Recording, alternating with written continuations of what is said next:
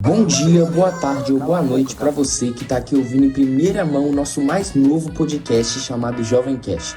Aqui a gente discute e analisa obras que discutem sobre o comportamento de jovens na sociedade. Hoje iremos falar sobre um livro que impacta muita gente, Os 7 Hábitos dos Adolescentes Altamente Eficazes, uma obra criada por Tim Covey e publicada em 1997. Uma curiosidade é que esse livro foi escrito de forma meio inspirada em outro livro, chamado 7 Hábitos de Pessoas Altamente Eficazes, que foi publicado simplesmente pelo pai de Tim, Stephen Covey, só que mais centralizado na figura dos adolescentes e jovens. É isso aí mesmo, Zunha. E para discutirmos sobre esse livro, a gente trouxe aqui 3 leitores desse magnífico livro, 2 adolescentes que se identificaram profundamente com a obra e um profissional especializado no comportamento de jovens e adolescentes, Samuel Lataro.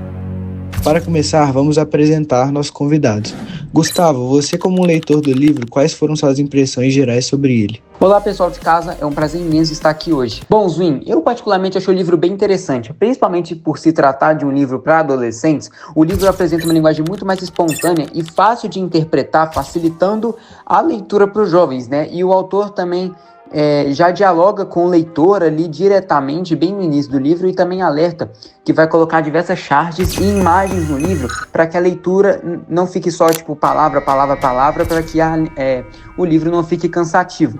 E além disso, a apresentação de fatos do cotidiano mais comuns na vida de adolescentes é bastante presente no texto, o que faz com que eles possam se identificar. E bem no início do livro, o autor já apresenta o que são os 7 hábitos eficazes, né, que aparece no título, e já apresenta ali as atitudes eficazes e ineficazes. Então eu acho que isso é um importante ponto presente no livro. É bem legal, né? Essa conexão com o leitor deixou a obra bem mais interessante. E você, Davi, o que achou do livro? Bom, Pedro, eu achei a obra uma ótima forma de se comunicar de maneira mais eficiente com os jovens de hoje.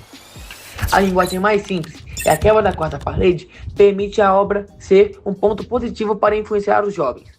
A citação dos 7 hábitos no livro ajuda os adolescentes a associar essas práticas com suas ações do cotidiano e assim formar um ambiente muito mais sociável e comunicativo entre os jovens. Agora, uma boa pergunta para o nosso outro leitor. Bom, Davi, como você acha que esses 7 hábitos eficazes podem influenciar na vida de um adolescente? Bom, Zwin, quando eu li o livro eu percebi que o autor apresenta e explica cada um dos 7 hábitos logo de cara. Essa apresentação, explicação e consequências tanto dos hábitos eficazes e ineficazes ajudam os adolescentes a assumirem mais responsabilidades no dia a dia, promover uma maior e melhor comunicação entre os jovens diariamente, ter mais empatia e se renovar regularmente. Pessoal, sinceramente, eu gostei demais das respostas de vocês, mas agora a gente precisa avançar um pouco no livro para falar sobre os paradigmas e formas como os adolescentes veem o mundo, tipo, os princípios deles. Então, como vocês acham que os paradigmas da sociedade hoje influenciam no dia a dia dos adolescentes? Bom, se vocês não se importarem, eu gostaria de começar falando.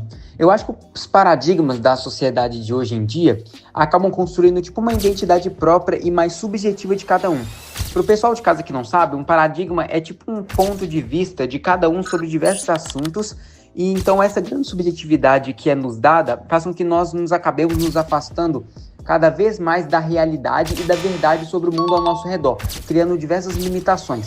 Então, esse paradigma na vida de um adolescente, por exemplo, se um adolescente continua com um pensamento subjetivo dele e não se abre para o mundo, ele nunca conseguirá ter uma visão ampla e diferente desse mundo ao redor dele e nunca vai conseguir se adaptar, né, de forma melhor para os acontecimentos que ocorrem em sua vida. Então, eu acho que essa grande ocorrência de paradigmas durante o livro acaba evidenciando ali que prejudica os adolescentes e impede ele de realizar novas ações e também resolver problemas que acontecem na sua vida.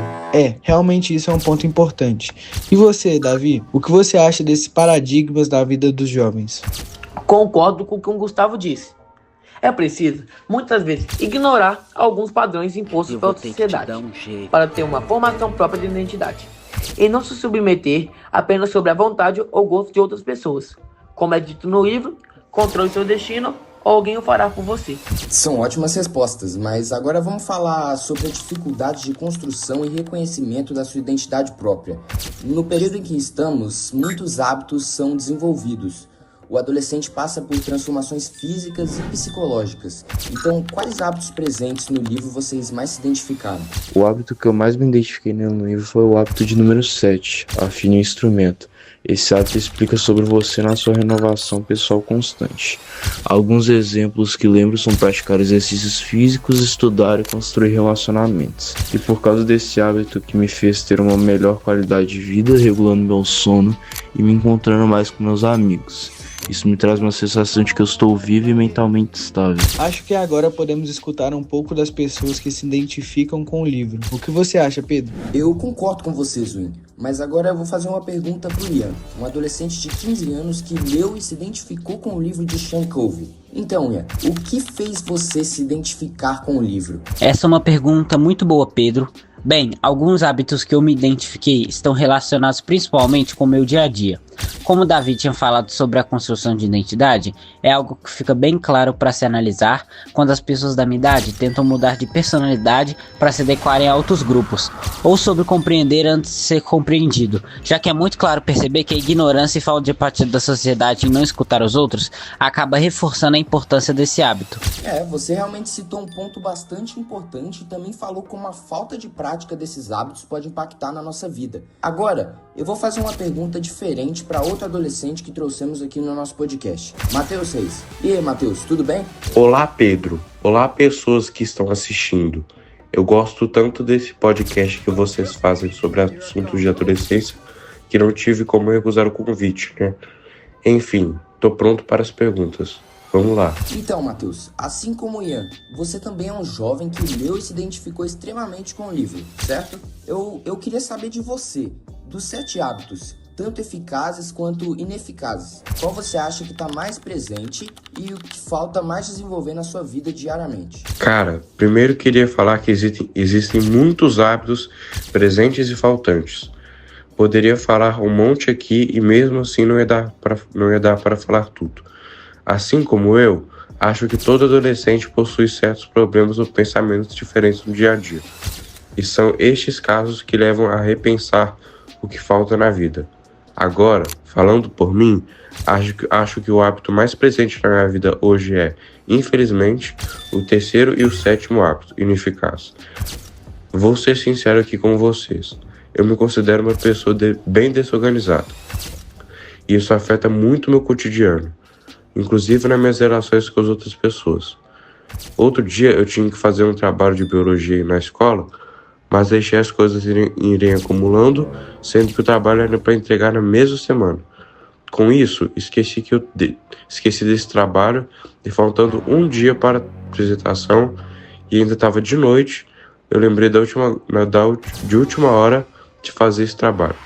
Consequência, deixei o mais importante para o final, acabei esquecendo de fazer o trabalho e recebi nota baixa pelo meu professor.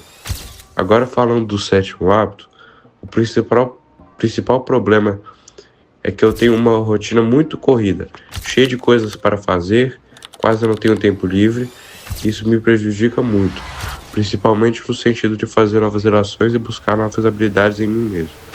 Sinceramente, preciso mudar algumas coisas na minha rotina para focar mais em mim mesmo, mas sem causar mais problemas. Realmente, Matheus, eu confesso que me comovi com a sua situação. Essa nova fase da vida não é nada fácil e a gente precisa se adaptar sem deixar de fazer as coisas que amamos. A gente precisa fazer diariamente e não nos desgastar cada vez mais. Agora, para fechar nosso podcast com chave de ouro, a gente gostaria de chamar aqui o nosso participante especial, o profissional especializado no comportamento de jovens e adolescentes, Samuel Latari. E aí, Samuel, como é que você tá? Olá, pessoal que está assistindo. Sou muito grato de estar aqui participando desse podcast, até porque é um assunto que eu me dedico bastante, e não é à toa que eu tenho 24 anos de carreira voltado para esse assunto. Que impressionante, Samuel. Então vai ser fácil para você responder algumas perguntas que iremos te fazer sobre o livro. Primeiramente, gostaríamos de saber se você já leu esse livro do Sino e quais foram suas impressões sobre ele. Achei o livro do Sino muito surpreendente. O título já chama atenção por ser diferente do comum, o que traz a curiosidade, principalmente nos jovens. Além disso, os relatos reais de adolescentes que deixam a leitura mais próxima da realidade, facilitando a identificação e mostrando que muitas pessoas passam pelas mesmas situações. De fato, Samuel, o Sino realmente é uma pessoa surpreendente. Agora eu queria saber de você, qual parte do livro que você acha que mais ajudou e ajuda adolescentes hoje em dia? Então, Henrique, é muito difícil escolher uma parte, porque o livro todo, no geral, ensina muito. Mas o que mais me chamou a atenção foi a ideia de centralizar algo ou alguém, que hoje em dia dá para ver muito isso. Muitos jovens acabam dependendo demais de amigos, relacionamentos, bens ou até dos pais. E essa dependência faz com que ele deixe de pensar por si mesmo e atrapalhe o desenvolvimento, criando uma rotina que não é saudável. É verdade, Samuel. Meu filho, por exemplo, tem 13 anos e se centraliza muito nos estudos. Claro que isso é bom, ele é um menino estudioso que tira boas notas, mas eu sinto que lá no fundo ele não gosta tanto de estudar o tempo todo. Mas para ele é necessário. Essa rotina cansativa não deixa ele se descobrir por inteiro e acaba atrapalhando muito essa nova fase da vida dele. Enfim, pessoal, nosso podcast acaba aqui. Gostaria de agradecer a todos os espectadores e a todos os convidados que vieram aqui para participar. Meu muito obrigado a todos e sigam o Jovemcast em todas as redes sociais. E também não se esqueçam, leiam esse livro. Até a próxima, pessoal. Falou!